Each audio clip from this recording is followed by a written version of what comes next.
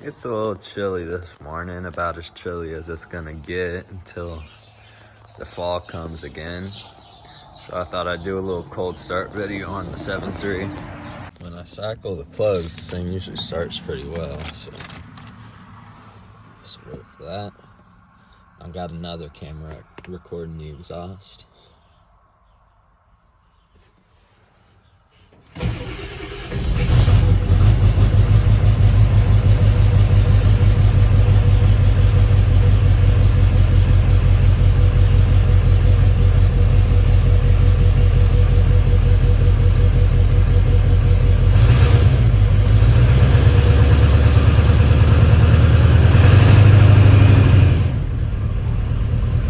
Not gonna rev it out too high right now, it's still cold.